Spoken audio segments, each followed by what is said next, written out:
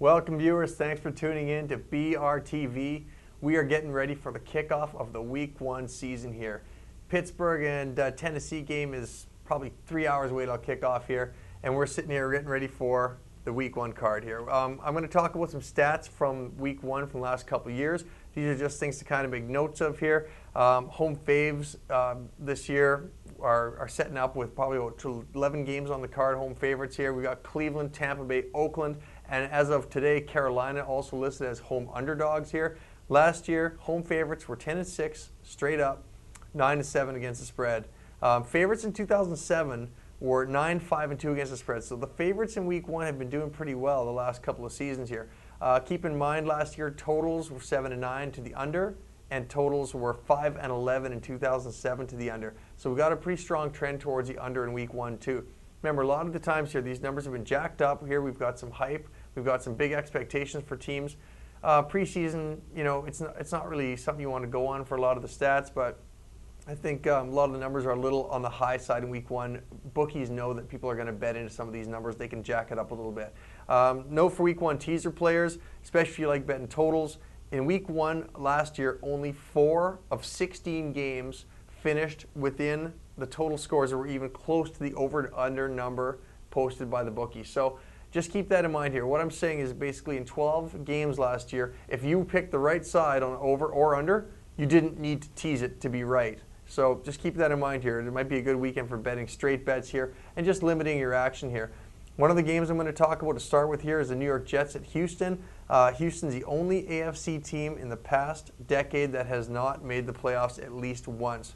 Of course, they didn't have a head start here. They joined the league in 2002.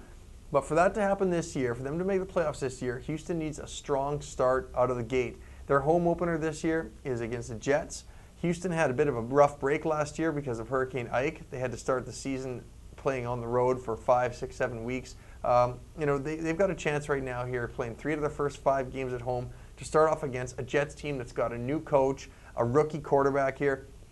Houston looked a little rough during the preseason. I don't know if you watched them play against Brett Favre and the Vikings when they came in. Their defense didn't look like they looked like they were trying a few new schemes here. I think we're going to see a better effort out of the Texans in real live game action here now the season started. And I think as far as the Texans go on the season, it's a little rough for them considering that they don't have a lot of depth at quarterback. They lost Rosenfels. Matt Schaub is not someone who you really want to be putting too much eggs in a basket with because he's showing he's fragile. But this is Week 1 here. I'll take a look at Houston this week here. The last 6 games of 2008, the Texans were 5-1 straight up. They were allowing only 17.8 points per game compared to the first part last year where they were slugging off a little bit in the first part. I think we're going to see a better effort here. I'm looking at the Jets and Texans game here, and I think Houston's going to cover that spread. I've got one game that we're going to talk about here for our play of the week here. It's really caught my eye, and it's Philadelphia at Carolina. Philadelphia is getting a lot of hype because of Michael Vick, who obviously won't be anywhere near this game except maybe up in the press box. But Carolina itself is they kind of had high expectations after making the playoffs last year. I've got Carolina going back down to earth this year. They still have a lot of pieces in place here, but Philadelphia's coming in here. You've got 2 veteran coaches here, John Fox, Andy Reid coming in. I think Philly's going to be ready for this game here, and I've got a really strong system that goes back to 1992 where you've got 2 teams that had winning records last year, 9+ wins coming in. It helps when Carolina's favored. It takes away the side play now that they've actually moved to a 2-point home dog. But when you look at the total in this profile here, you get your pens ready for this. It has been 2-10 to the under since 1992. That's 2 overs, 10 unders in the 12 times this kind of game's been live. If you take the total and jack it up to the 41+ percentage, only 7 of the games have fit into that profile, but this game is still live here. We're seeing 43.5 on that total today. You bet the under. The under has been 0-7 to the under when you bet that, when it's a 41+ total here.